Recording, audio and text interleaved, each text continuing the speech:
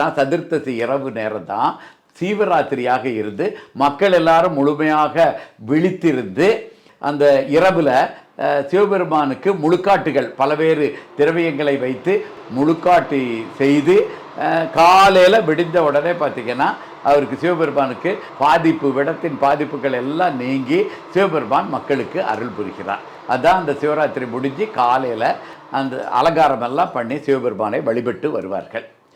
இதுதான் உலகில் இருக்கிற சிவராத்திரி வழிபாடு. இப்போலிருந்து தான் சீவராத்திரியாக சீவன்களை உருவாக்கின ராத்திரி இப்போலிருந்து சிவராத்திரியாக மாறுபடுகிறது. இப்போ இதில் உலகியெல்லாம் நம்ம என்னெல்லாம் பார்க்கணுன்னா, ஒன்று பிரதோஷம் இப்போ எப்படி கொண்டாடிக்கிட்டு இருக்கிறோம்? சதுர்த்தசி அன்னைக்கு கொண்டாடுறதுல நம்ம என்ன திரையோதசி அன்னைக்கே நம்ம கொண்டாடிடுறோம். இந்த பிரதோஷங்கிறதுக்கு எல்லாரும் என்ன போட்டுக்கிட்டு இருக்காங்க? முதல்ல பிரதோஷனா இடையினரானா, மரத்துக்கு வர இடையினரானா போட்டிருக்காங்க பிரதோஷம். பிரன்னா நல்லன்ட்டு அர்த்தம். நல்ல தோஷம், தோஷத்தில் என்ன நல்ல தோஷம்? தோஷமே எல்லாமே பாதிப்பை உருவாக்கக்கூடியது. அந்த தோஷத்தில் எப்படி நல்ல தோஷம்ன்ட்டு ஒன்று இருக்க முடியும்? பிரதோஷம்ட்டு.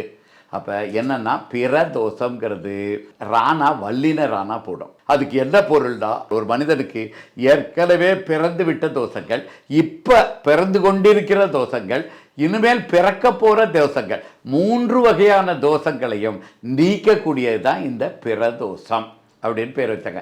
வினைத்தொகைன்னு தமிழில் சொல்லுவாங்க. 3 காலத்துக்கும் பொருந்தி வரும். ஒரே சொல் தான் 3 காலத்துக்கும் பொருந்தி வரும். வினைத்தொகையாக தான் இந்த பிரதோஷங்கிறது கொண்டாடணும். தோஷங்களை நீக்கக்கூடியது, எல்லா தோஷங்களையும் நீக்கக்கூடியது. இதுக்கு தான் அவர் சிவபெருமான் கொடுக்குறாரு. இதுக்கும் நஞ்சை உண்டதுக்கும் தொடர்பு இருக்குது.